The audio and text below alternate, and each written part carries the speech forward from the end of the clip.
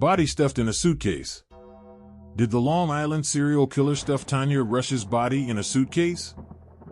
Tanya Rush was a mother of 3 children who unfortunately developed a drug habit and turned to sex work for money. She used to walk the streets near Linden Boulevard. Police want to know if she was picked up by the accused serial killer. We have no witness accounts of anybody dropping anything. So this is the entrance ramp to the Southern State Parkway? Westbound. We initially reported on the gruesome 2008 murder of Tanya Rush as part of our mystery series, a number of years after part of her body was left near exit 25 on the Southern State Parkway, Newbridge Road in North Belmore. We found a dismembered female body in a black suitcase. State police never revealed which body part they found.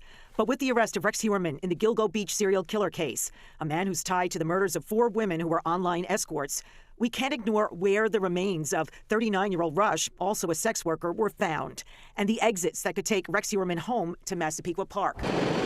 Tanya Rush was last seen on June 23, 2008, walking toward the elevated train near the Van Dyke houses in Brownsville, where she lived.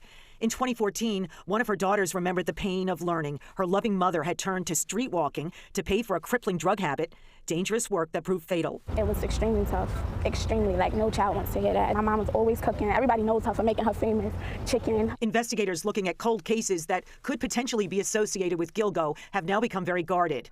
When we reached out to the New York State Police about the Brooklyn mom, we received a statement. The Tanya Rush case is an open and ongoing investigation. All leads, new and old, get fully investigated.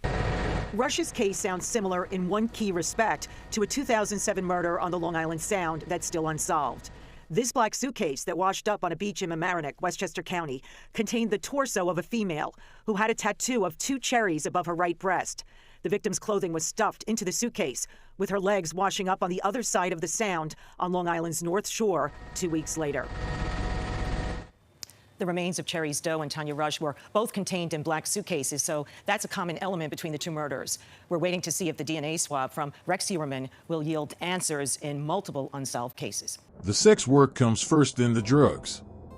Black women often go into sex work to meet white men, but they have to take drugs in order to do their job, which is how they get hooked on drugs. The drugs feel better than sex, with white men causing them to remain in this divester loop. Black women need to be honest, as the only reason why they do sex work is to meet white men. Notice how all these divesting gone wrong videos are of black women who do sex work to meet white men. The ones who stay alive are always getting beat up by white men, and the other either get burned to ashes or stuffed in suitcases. Divesting gone wrong.